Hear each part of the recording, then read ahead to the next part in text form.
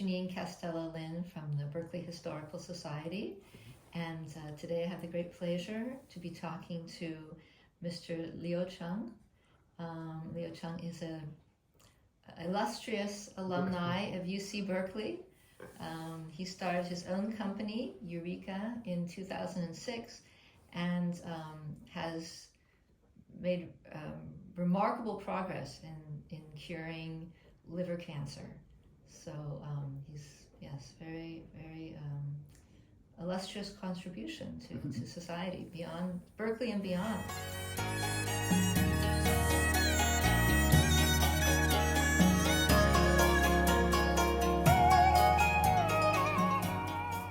So Mr. Liu, maybe you can tell us a little bit about how you came here to the U.S. and how you started the company and your exploration, your success, etc. So today is March 12th, yeah. And we are in Berkeley, and so Mr. Liu, maybe you can start with where you were born and when, and your schooling, so forth. Okay, thank you, Jenny. It's a pleasure. And I was born in 1966 in Xi'an, in China. So Xi'an is actually famous for being the place where the terracotta warriors was found and the museum at. And it's actually the capital city of China for, I think, about 50% of the time in the past, like 2,000 plus years. So the also kind of the joke we grew up with that the city will make our living on dead people because it's a tourist town, because people come to visit the terracotta warriors, the famous tombs of the emperors, empress. So, but it's kind of like interesting is kind of the culturally, we are very kind of, we respect history. We look at things in a very long time frame. Like 100 years is too short for us.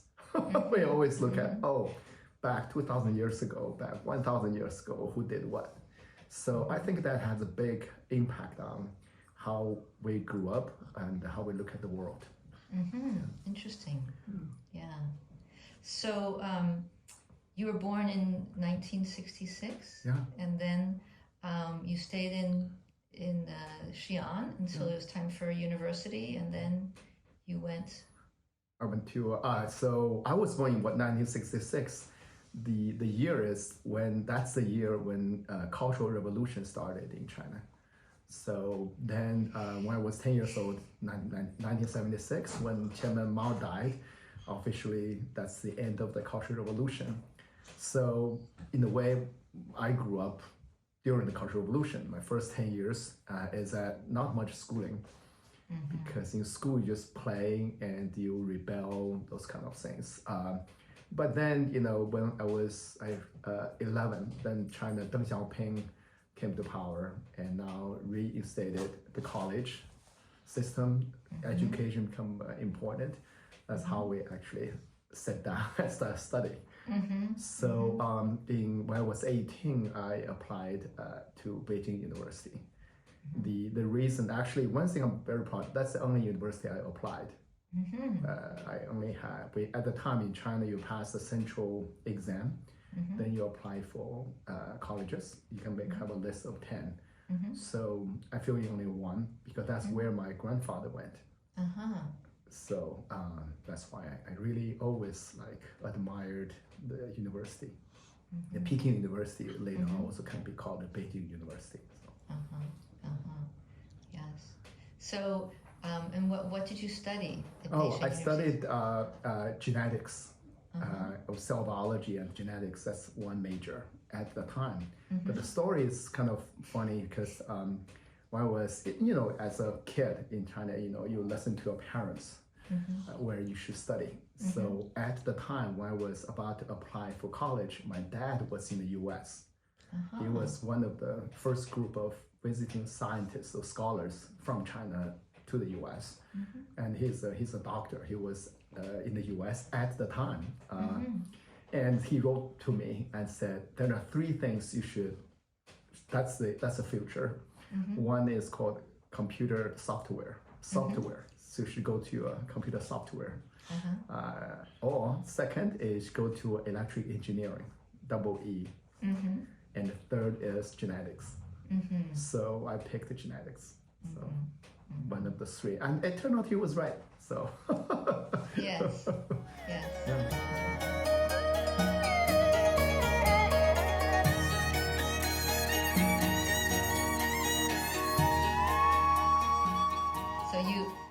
Did you follow your own inclination, your own heart in choosing the genetics? There's a story because both my parents are doctors, medical doctors, and they want me to be a doctor. I rebelled. I didn't want to be a doctor. It's too boring, too much work. But it's also I feel like guilty of go too far. So I picked genetics. And I'm still close, but not a doctor. Yes. Yeah. Yes. Okay. And so how many years did you study at Beijing? I studied in 4 years as a BS, bachelor degree, and actually I stayed another 2 years and got my master degree. And it's still in genetics? It's still in, in bachelor degree was genetics and cell biology. In master degree was molecular biology. Yeah. So why didn't you stay in China? How did you? Well, the story is kind of funny. At the time in the 80s, every student wants to come to America, come to US for higher education. That's just like a given. So at the time, but it's not a whether, it's about when, right? So the story is that I was actually still in China. I was 1 year from graduation. I've got my master degree because normally it takes 3 years to do it. That was about my 2 years time. Then, and 1989, you have the students movement. Tiananmen Square. Being in Beida, being in Peking University, you got to go, right? So we did. At the time, we feel like, after it's over, there's a lot of pressure from the top saying, China will stop allowing students to go to America. So everyone must get out of the country now. That explains the urgency that. Yeah. But there's never had a question that we all want to go to America to get higher education, to get educated, to get a PhD. But with the rush to get out of China, was it difficult for you to get a place? I mean, luckily, I got multiple offers of full scholarship in the U.S. I mean, of course, Berkeley is the best, my top choice. That wasn't the story. The story actually, I can tell any story, but you can choose whether you're going to. The story the hardest because that's the first year after the movement. So there's lots of government regulation how you can get out. Yeah. So that you have to have a relative overseas to be qualified to get a passport. So my mom's brother, my uncle, was in Taiwan, went to Taiwan with Chiang Kai-shek. So that qualifies that I have a relative uncle overseas. But the challenge is, how can you prove it? How do you prove it? You need at the time the regulation. You need a copy of his ID in the overseas.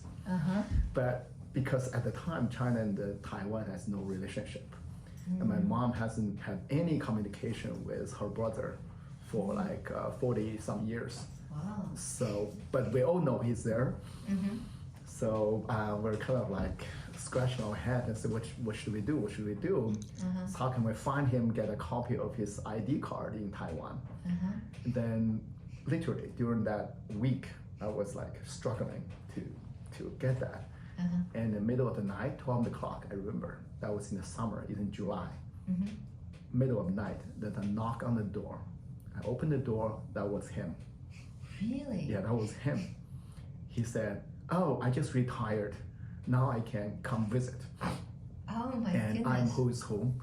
And when he was left, my mom was my mom was like 8 or 9 years old. Remember, by the time when he knocked on the door, my mom was in the 50s.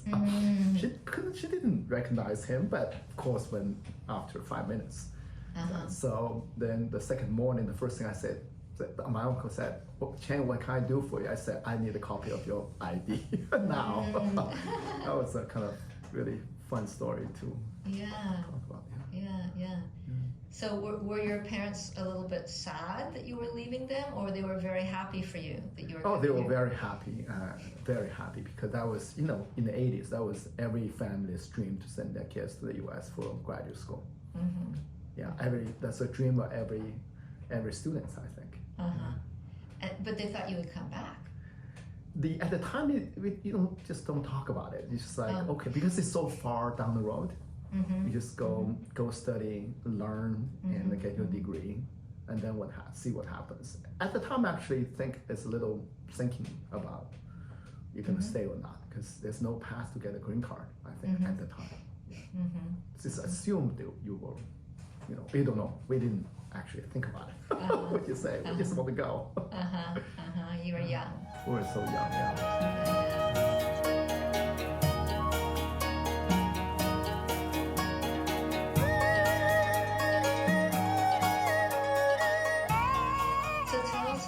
When you arrived here. You arrived at the end of August in 1990, and school had already started. Right. But it's a graduate school, so just a funny story is that the first day, after that, they said, okay, you need to go, everybody has to go open a bank account. So I just went to the branch, Telegraph and I think Bancroft, right? That's the Wells Fargo branch. I walked in, trying to open a bank account, and then the teller was so fast because they assume I'm okay. Took me like more like an hour to open my first bank account. I was so proud. Yeah, and then another thing happened within 1 week. I was the first week. I was sitting on the lawn, on the West Gate part, and a guy walk over, a young man walk over saying, "Oh, I'm a student from Stanford University, coming to visit Berkeley. My car got broken down on the highway." And I said, with my broken English, then I said, "What? Why are you asking me?" He said, "Oh, I need some help. I need some money to help get my car fixed." That was my first week, maybe third day or fourth day. I forgot. I said, "I don't have money with me." He said, "Do you have an ATM card?" I said, "Yeah. I just opened a bank account." He said, "Oh, I can tell you how to get money out of there's a machine called ATM machine." So he said, "Thank you so much." So I actually went to the ATM machine. I think remember on Shattuck. I still remember that. And I took out $100. I gave it to him, and he said, "Oh, I'm so grateful." He wrote down his name and everything, phone number. I trusted him. I said, "Oh, the Americans helped me so much, like welcoming me here. This is the least I can do to help American." But of course, there's a never returned. But 2 weeks later, I read on the Daily Cal that he was caught. He's a fraud. So no, that's kind of like funny story you remember.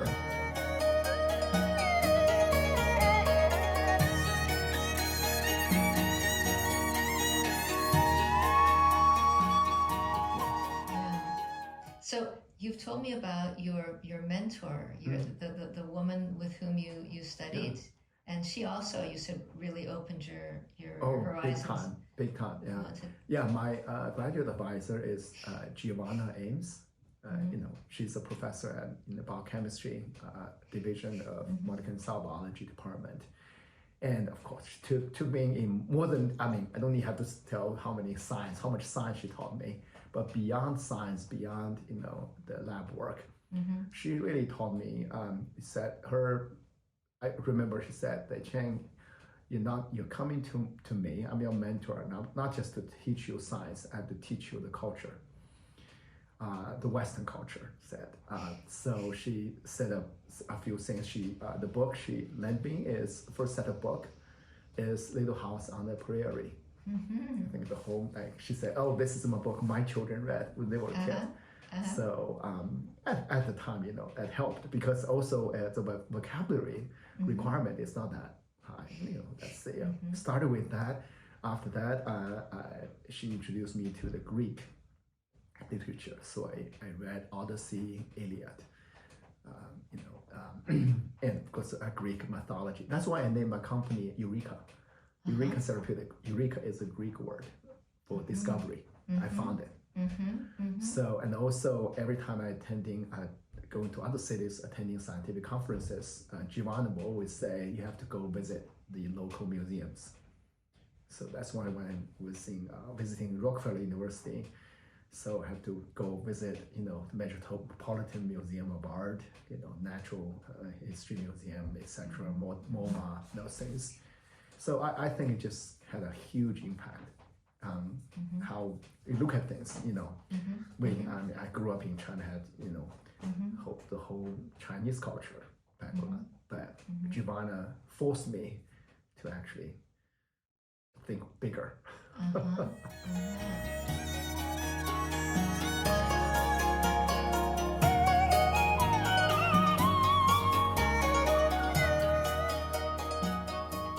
Do you think that bigger perspective affected your scientific work, discovery? Yes, because at the time, when I said, why? I'm a scientist, I'm going to be a scientist. Culture said, only after you understanding the culture, you can understand where this science came from. So I remember the big debate where I was in China, say why modern science wasn't born in China. China at that time was technologically advanced, for a while, but never had science as we know today, the modern science. I think after that, I realized, understand a little bit why. Why? Can you tell us? No, I think you can. There's many books about this. At least my understanding is that after you have to start from Greek history, Greek culture, right? In Greek, you have Aristotle then, right? At the time, you set aside that I also learned that the school. That's also the concept. Is also start from Greek that people, well-to-do people, they send their kids to school. It's not that learning something to make a better living. Is you enjoy learning. You have curiosity to explore the world, not for any practical purposes, because you want to know, you want to understand, and also those Greek philosophers. They are they're trying to find the truth of something. They argue, spend their whole life trying to find the truth of something, have a better understanding. Even if they got it wrong, right? We all know they got it wrong many times, but it's the spirit. That it's not for a very pragmatic purpose. I think that's something. I think every time I go to China, I want to share that. To be a good scientist, your driving force is your curiosity. Not because I learned this science. Hey, I know something that I can make money or I can do something better. No, you have to start from your heart. It's curiosity to explore, to understand, to know the truth, to find out the truth. So yeah, after doing all those, I think that's very, very important. Did you have discussions about the difference between the Western and Eastern approach to truth with other Chinese students? Yes, I think even among our soccer teammates at the time, graduate student at Berkeley, I think we have lots of nice eating the pizza and then drinking beer and debate those things. Yeah. So you finished your PhD when? 1996. Okay. Yeah. But actually, that's this cultural thing. I realized that I can never be really the best scientist. I find in my heart, maybe it's my Chinese culture impacted too much. I find I always trying to find something practical use of what I learned. I don't have that pure heart of just want to pursue the knowledge, the truth for the sake of the knowledge. I always say, what can I do with that knowledge? I always find a practical use. So that is why when I was actually at the time, becoming a professor was the way to go, right? When I was graduating, then I chose to go to a company. At that time was rare, very rare, which also means I'm giving up my any chance becoming a professor. That actually disappointed lots of people. My parents or my professors back in China. Because Cheng is just going to a company. At the time, going to a company is a dirty word. Yeah. But I remember that soul search. Yeah. Because I just don't have that. Yeah. Well, it's probably influenced by the Chinese philosophy, right? The Confucius used to say, 学以致用. Right. So you have to find some usage for what you learned. So that's sort of a guiding philosophy for knowledge. So I went to a company, Chiron, actually started by Berkeley professor Ed Penhold.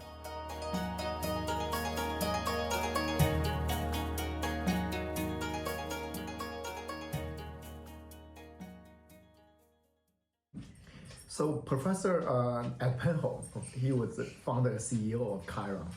And Chiron was actually one of the most successful biotech companies, I think, in history. And it was actually Chiron is the first company who actually sequenced HCV. Actually, one of his employees won a Nobel Prize a few years ago for that achievement. And it also developed Proleukin-2, the drug, cancer drug. And it was acquired by Novartis for $10 billion back in 2006. So it wasn't, now looking back, it was a really big story. Yeah. But at the time, I didn't know better. I didn't know the whole field. I only know Professor Ed Penhold because I was a teaching assistant, TA for him. And so he set up a very good, at the time, really changed our mind about what the company looks like. Because he was the CEO of Chiron at the time, but he still teaches biochemistry 101 at Berkeley. And it only takes $1 a year payment for that work, for teaching work. Why? Yeah, because he was the CEO at Chiron, he's just very generous. Probably he has to take $1 to be called employed at Berkeley, so he still has that professorship. And being his, teaching TA, and you look at him up into, wow, that's a company man. Wow, he's totally a professor, a scientist, but he's running a great company. That really changed my perception of a company. Yeah. So I joined. He didn't know that. It's one day in the hallway, he bumped into me and said, "Chen, what are you doing here?" I said, "Now I work for you." So, but he didn't know that he had that much impact on me. Yeah, I never told him, but he did. He changed. He's almost. Then I realized, wow, that's what you can do. You can still do great science, but also you're developing drugs. You're helping people. Yeah, you're making a real impact on people's life. On medicine, so that's so I went. Yeah. So, were you thinking about developing a cancer drug from the very beginning? Yes, that was very beginning. I think it actually started when I was a kid. So because my parents are all doctors, and then in China, the doctor's home live next the quarters, all living together, because the housing was provided by the hospital. So and the housing is next door to the hospital. It's very convenient for them. But as a kid, you grew up with all my neighbors are doctors, every single one, and you see patients every day. So you see the suffering, and the cancer patients are the worst type because basically it's a death sentence. Other type of disease is still painful or suffering, but at least you're just going through the pain. But cancer patients, as a kid, I still remember, it's despair. in the eyes of the patients, they just know they're gonna die. That had a big impact in my burned into my memory. Yeah. So when I had a chance, I hear Chiron was doing cancer research, developing new cancer drugs, and still can do science. I was like, oh, perfect. Yeah. And were you focused on liver cancer? No. Not At the really. time, it was just cancer in general. At the time, it's biotech. How you can use the latest knowledge and technology in biology to discover new drugs for cancer. It's like big pie in the sky. Yeah. So you didn't really give up your high bar of being a scientist. You were able to do that at Chiron with other really top-notch scientists. What I do is still science, but it has a very practical application. Yeah. I wasn't like pursuing the knowledge just per se. So. So you did a postdoc there for 6 months, and then you worked as an employee for quite a few years. Yeah, for 9 years. 9 years. Yeah. And then? Then the actually at the time I met, really I just like so lucky. I had several mentors there. Rusty Williams and Mike Kavanaugh, my direct supervisor or great scientist. And at the time we worked on the treatment for metastatic bone metastasis, like cancer cells, many cancer cells like breast cancer, ovarian cancer, prostate cancer. When they get to the malignant stage, they all metastasize, and the favorite place to go is bone marrow. So we were developing a drug. How can you treat that, stop that from happening? Right? So I was very lucky. I was the one on the project. So we did that and put that into we call it IND, can enter into phase 1 trial. And then then was successful. I was at the time was like this transition stage, go back to start a new program, new project. And then something much bigger happened is Chiron got acquired by Novartis, the top pharmaceutical company in the world for $10 billion. And then say, they say, number one, your project just finished. You have to go pick up new one. Second, there's a big change at corporate level. So then said, okay, maybe that's time to change, right? To find some new opportunities.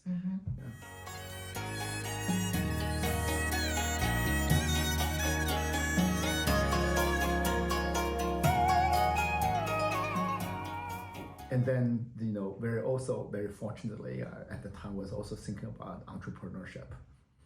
And I bumped into an investor who later on had a big impact on my life, Sandy Chow, who actually encouraged me to start a company, and he put down the first, the money. So all three things come together. So I just resigned from the company and I started Eureka Therapeutics. And did you have a specific idea in mind when you started? I didn't. It was crazy. I didn't have a project. I didn't have a technology. I just had a dream. Yeah, I want to find a cure of cancer, and I want to build a great company. I was there. And did you have other employees or? No. It was just me. From day one, it was just me. Yeah. And where did you find a laboratory to work in? So I just actually was when the first money, as now looking back, is Sandy was testing me. He just put out $200,000 as a down payment for his investment. He said and he challenged me, testing me if I have the guts to quit, but a stable, good paying job. I did. So I used that first $200,000 to start a company in Emeryville. Yeah. That's how you had to buy a lot of lab equipment. I had to buy. So my first bunch of furnitures I bought from a company who just went bankrupt. So I bought also nice chairs and tables for like $10 each. And did you feel it was very hard to work on your own? Did you immediately think, oh, I really need some colleagues or employees? Oh yeah. So after that, I called on my old friends and my first employee. Also from Xi'an, by the way. Yeah. Also from Xi'an. Actually from the same high school, by the way. He's older than me, but we came from the same high school. Yeah. He's my first employee. Then two of us sit down and said, "Oh, we need more employee, right?" So we said, we're so small, we're nothing. So who good people would never come to join us. There's no money, no stability, no nothing. We said, maybe a best candidates are fresh Berkeley graduates, college graduate, because hey, they come in, they work in a startup company. If it doesn't work out, hey, it's an experience. They don't lose much, right? If it works out, it's a great experience. So I think that's why it's actually cool, right? So people who only have their BS. That only have the BS, because PhDs, I couldn't afford it. And also, nobody, come on, anybody who has a PhD in his right frame of mind would never join a company like mine, right? At the time we had nothing. So quickly, I had 3 new employees, all fresh college graduates from Berkeley. Yeah. Were they Chinese? No, they're not. No, they're not. They're not Chinese actually. They all, one is from Taiwan, 2 grew up here, or born and grew up here, but they're all Cal graduates. So.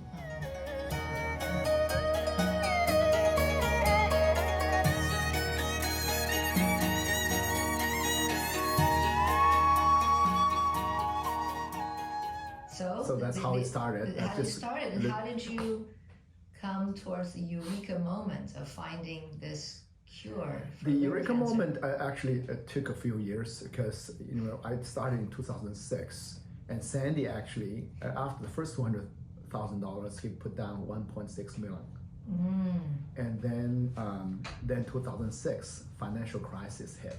2008. 2008. 2 years later. 2 years later. Yeah. We couldn't raise money. There's no nothing. Hopeless. So then we're faced with 2 choices. Either you shut down the company, just say, too bad. Then you go find a job. Or you say, no, and not giving up. Let's say, can we make money? Support ourselves. So we did. That's how we chose the second one, to survive, and just instead of like trying to use other people, raise money, use other people's money, just say, can we make money, support ourselves, at the same time see if we can do something about cancer. So how did you raise money? So we didn't raise money, we make money. So we went out and say, it's because we have some technology, we can make antibodies, we can produce antibodies, So we work with other companies, provide this service for other companies. And it's all small money, like $50,000 a project, $100,000 for a project. But one product that actually we came up with is saying, in the whole antibody field, everybody needs a reference antibody, kind of like a control. And so we realized, there's nobody is actually making it. So that's our first product. Later on, accumulatively made multiple millions of dollars for us, and helped us survive the whole, from 2008 to 2014, 6 years. We were totally self-funding. Self-funding, yeah. Yeah. And how did that lead to discovery of this? So I think there's actually it's kind of funny, is even that's a work that's kind of most difficult time. Now looking back, our best technology, the Eureka moment, all happened during that period of time. So I think there are 2 Eureka moments. One is that during back in 2010, I got a call from a professor at Memorial Sloan Kettering Cancer Center in New York, the top cancer research institution in the world, I think. And he said, I heard you give a seminar here, we didn't know each other then, but I heard you're pretty good at finding antibodies. Okay, he said, oh, in the field, like, antibodies for treating cancer, you have to find a target, right? And, most of the time, at the time, all the targets are on the cell surface, and they're not that good, right? But there's tons of targets inside the cancer cells that are specific for cancer cells. If you can go after them, then that's a gold mine. I say yes, but as we know, that's kind of oxymoron kind of argument, because antibody cannot go through the cell membrane. They cannot go inside the cancer cells. How could an antibody work by recognize something inside the cancer cells? It turned out the idea is that you can recognize a proxy of that target presented on cell surface. So functionally, you'll recognize something inside the cancer cells, but physically, it's still on the cell surface. I'm skipping lots of tech. I was like, oh, that was a Eureka moment. Oh, yes, then that's how you can go after this whole gold mine of tumor-specific targets using antibodies. That at the time was like now 12 years ago, nobody was doing it, so together we did it. So 2 years later, we published on Science, and a year later we published in Nature. That started the whole field. Today it's called the TCR mimic antibody field. That was the first Eureka moment. You can use actual antibody to go after intracellular tumor antigens. That was a big one, I think. Now it's actually 10 years later. Now it's officially become a field. Yeah. Well, congratulations. So, but it's not thanks to David Scheinberg. He trusted me. At the call, we actually didn't meet until a year later when we actually had the first results. So so then your lab started focusing on that technology. No. On one side, we're making money to support ourselves. On the other side was some extra work. We just start like took on this huge risk of like crazy idea.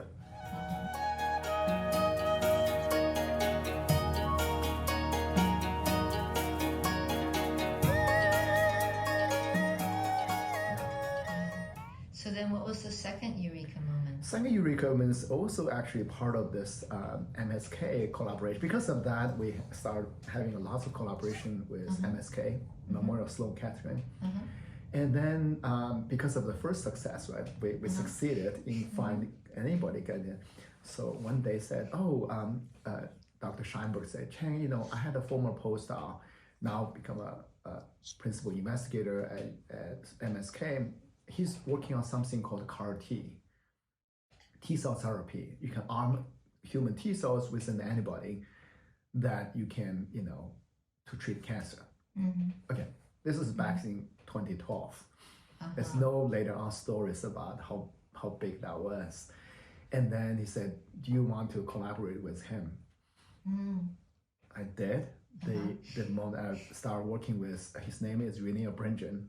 He was actually later years, he's a scientific co-founder of Juno, one of the top CAR T companies that in the world.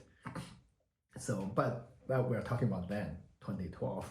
He wasn't that big shot yet. So we collaborated.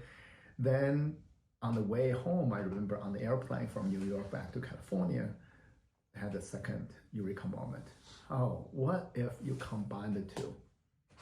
You have the antibody that can recognize intracellular and targets, which is tumor specific. And now the other side is a T cell. T cell is a lot more powerful than any other modalities in drug modalities. If you combine the two, you have the drug specificity, you have the powerful killing power. That might be the solution for cancer. So. And then you developed the drug in your lab? Then you came back, kind of convinced my board, convinced my old stakeholders, this is the way to go. And they're my investor, my board is the best in the world. They said, they trusted me, said, yeah, okay, go for it. Then that's how we start working on liver cancer. Then we identified a liver cancer specific antigen, which stays inside the liver cancer cells.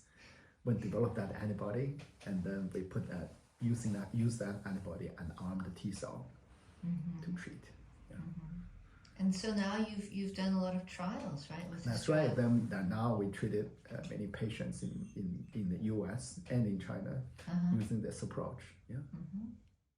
And you had good success. We had a few success, but the concept is there, but to make it really work to become a product, yeah, it just like took a long while when you have to figure out lots of things, and also we actually we had the first generation, we had the second generation, we had the third generation, just finding new things, solving problems along the way.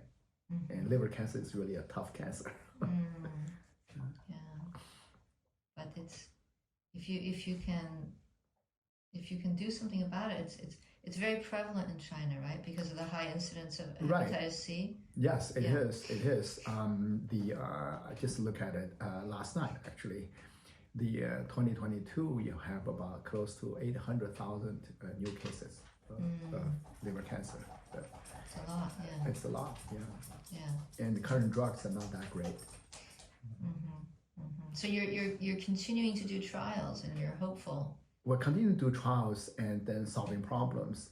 And also we're thinking this, if the liver cancer can work, the technology can be applied to many other cancers. So actually, we just signed one where the news release will come out next week. We just signed a partnership and licensing from U.S. National Cancer Institute, NCI, another target, and going after pancreatic cancer. So using the same technology. Yeah. So yeah, that would be really miraculous. Yeah. Until that happens, we don't know yet. Yeah. Until that happens. But you're giving people hope, and that's wow. No, you must. You've come a very long way. Yes. Still, maybe a long way to go. That's the scary part. That's the scary part. Yeah. And your lab is still here in Emeryville? Yes, we're still here in Emeryville. Now the company has more than 20 PhD scientists in-house, full-time, working on these problems. Yeah. And do you return to China very often? Until before COVID. And now it's become more complicated with all this politics. So, So now I don't have anything formal there. I don't have relatives. Yeah. So your home is really here. Yes, this is my home. I think. Yeah. You have 3 children who are going to school. One of them's in university already, right? Right. One of them is in UW. Also chose bioengineering major against my recommendation. Why? No, I was kidding. I was testing him. I said, you study biology going after, if you choose this career, you have to have a persistence. You have to have grit. If you don't full-heartedly commit to this, it's not worth pursuing. So I keep saying, in Chinese saying, pouring cold water onto this. But if he still choose to do it, then yes, I support him full-heartedly. But not, I don't want to encourage him just because I'm doing it. Then that's a bad way of making a career decision. Yeah, it was a lot of work. I think you worked very hard. I worked hard persuading him from choosing this path. No, but I mean, you, in your path, you have worked very hard to get where you are.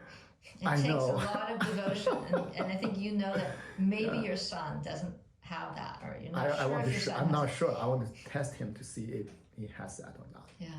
Yeah. It's better be sure. It's not an easy path that you took, right? No. It's really a lot of probably nights without enough sleep.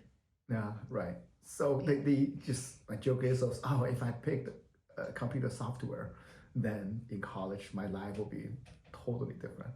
Yeah. Well, thank you very much. Thank you for telling the story. Telling us your story. We really appreciate it.